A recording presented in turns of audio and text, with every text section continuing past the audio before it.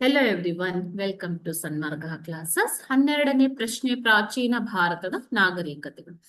ಋಗ್ವೇದದಲ್ಲಿ ಎಷ್ಟು ಸ್ತೋತ್ರಗಳಿವೆ? ಋಗ್ವೇದವು ಅತ್ಯಂತ ಪ್ರಾಚೀನವಾದಂತಹ ವೇದ. ಓಕೆನಾ? ಸೊ 4 ವೇದಗಳಿವೆ. ಯಾವ್ಯಾವುದು?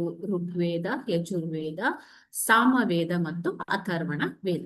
ಋಗ್ವೇದದಲ್ಲಿ ಎಷ್ಟು ಸ್ತೋತ್ರಗಳಿವೆ ಮಕ್ಕಳೇ? ಋಗ್ವೇದದಲ್ಲಿ 1028 ಸ್ತೋತ್ರಗಳಿವೆ ಮತ್ತು ಇದರ ಜೊತೆಗೆ 10 ಮಂಡಲಗಳು ಕೂಡ ಇವೆ. 10 ಮಂಡಲಗಳಿವೆ. ಓಕೆನಾ?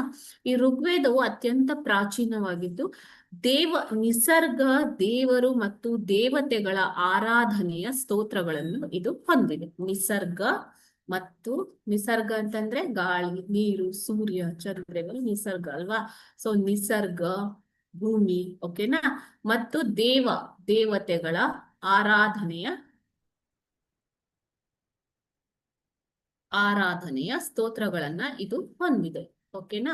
ಸೊ ಒಟ್ಟು ಎಷ್ಟು ಸ್ತೋತ್ರಗಳನ್ನ ಹೊಂದಿದೆ? 1028 ಸ್ತೋತ್ರಗಳು ಈ ಋಗ್ವೇದದಲ್ಲಿ ಇದ್ದಾವೆ. ಈ ಸ್ತೋತ್ರಗಳನ್ನ ಪಠಿಸುವವರನ್ನ ಏನಂತ ಕರಿತಾ ಇದ್ರು? ಹೋತ್ರಿಗಳು.